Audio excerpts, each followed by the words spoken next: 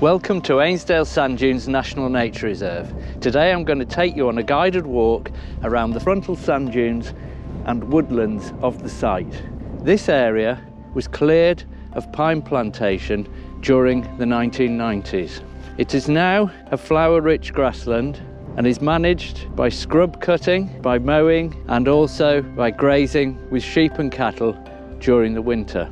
It is home to natterjack toads, and in the frontal dunes are sand lizards. I'm now going to take you on a walk towards the coastal path and we'll climb up onto the frontal dunes and have a panoramic view of the whole of the site. This area was scraped last year using an excavator.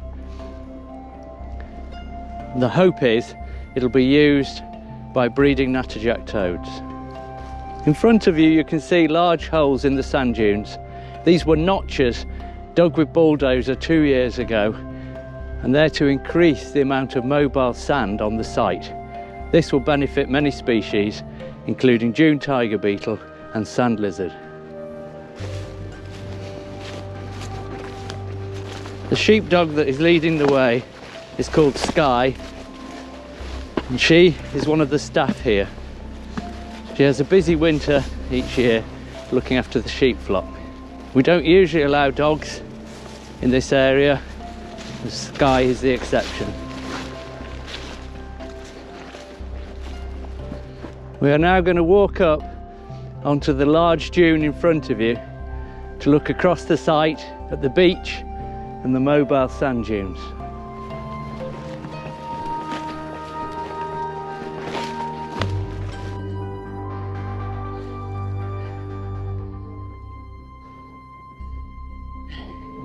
Right, while I get my breath back, you can have a look at the whole site. We're looking north, up to Blackpool and Southport. You can see the sand sheets from the notches, over the grazing enclosures where there used to be pine trees. Now we're looking at the frontal woodlands. We're looking at the remains of Massam slack, where there's quite a lot of scrub, and then we're looking at the frontal dunes. They're now rolling in towards the frontal woodland, and you can see the sharp edge of the dunes where they've been eroded by the sea. On average, we lose a couple of meters a year, but sometimes it happens rapidly, as in 2013 when we had a storm surge and we lost 10 meters overnight. You can see there's a very sheer face on these dunes where it's been cut away by the sea. And we're back round to the beach. I'll now take you on a walk on the coastal path, and we'll go through Massam slack and we'll have a look where there's a large dune rolling in right to the edge of the woodlands. Here we are in Massam slack, and we're just about to go through a large thicket of sea buckthorn. Sea buckthorn is non-native to this part of the world, and it's an invasive problem. Adds nitrogen to the soil and doesn't allow any other plants to grow once it's established itself. We've now reached the frontal woodlands. There's lodgepole pine, Corsican pine and some mixed broadleaves, including sycamore and birch. And in the distance you can see a dead stand of balsam poplar above the sea buckthorn and a large dune that's moving in towards the woodland edge. We'll go and have a look at that large dune now.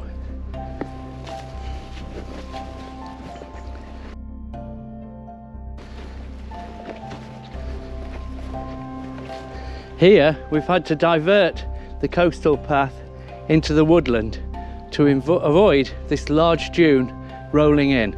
Let's go and have a look at the large dune.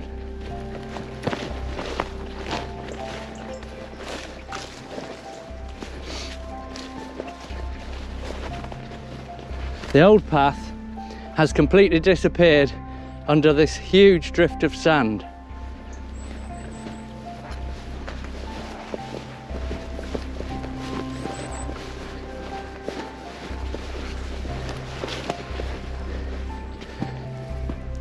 If we walk up to it, we can see the sand dune has completely covered this area of woodland and is now moving into the frontal woodlands. Quite a lot of sea buckthorn scrub in this area as well.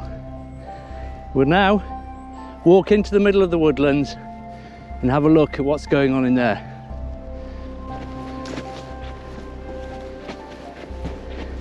A lot of these trees were killed by honey fungus after a fire. You see a lot of dead stems here.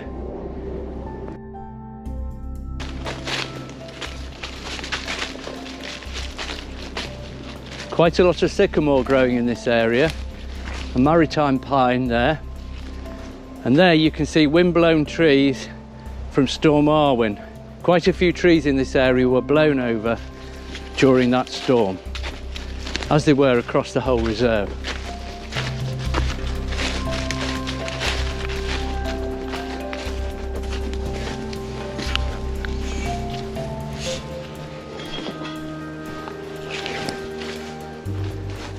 We are more in a more open area now.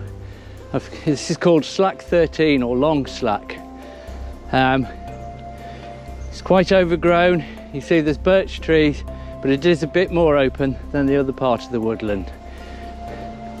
Quite an attractive birch woodland through this area with open grass areas that are grazed. The slack in front of you is home to the rare weevil Bagus lutosus. This here is one of the larger pools. Sky, come here, don't go in. Hey. One of the larger pools that you can see is completely overgrown.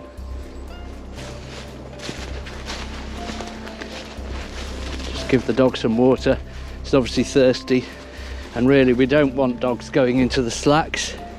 We try to avoid that.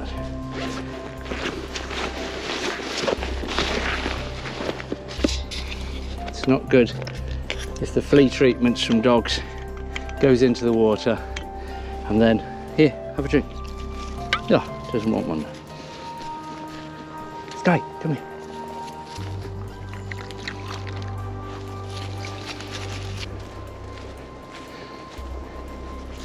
As you can see,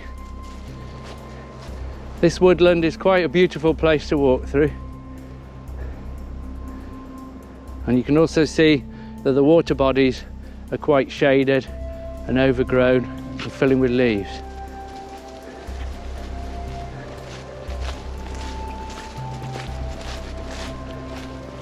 This area of woodland joins up with the open dunes where we started the tour. We're now going to walk through the pine plantation to Fisherman's Path.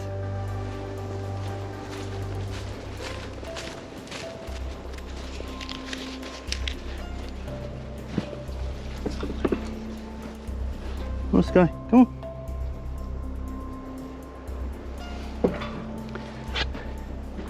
Now we're in to the Corsican pines, and you can see they're quite nicely straight grown, what I would describe as timber trees.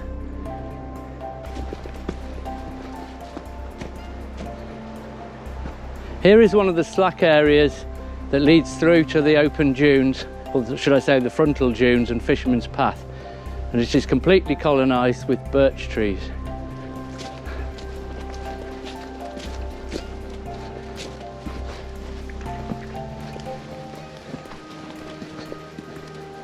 Now we are back on the coastal path. It's quite a scrubby area, and this slack used to be quite reasonable for marsh orchids, but has now become overgrown with willow, pines, birch and sea buckthorn. Even though fairly recently the volunteers and staff did clear this area, it is a constant battle.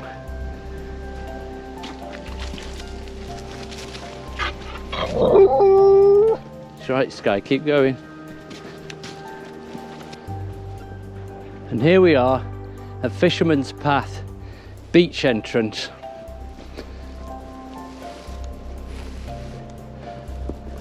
a local beauty spot and the end of our journey. Yes, we'll go out to the beach in a minute. Thank you, Sky. We'll just have a quick look out at the beach and the sand dunes. Some of the trees in this area by the beach are quite amazing. Wind blown. They've always been pruned by the wind and they've formed these strange shapes.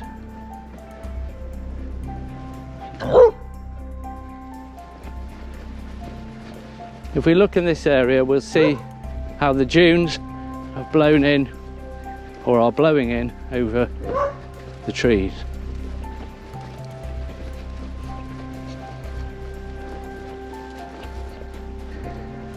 And there we are, back at the beach at the end of Fisherman's Path. Thank you very much for accompanying me on this journey around Ainsdale sand dunes, Frontal dunes and Woodlands.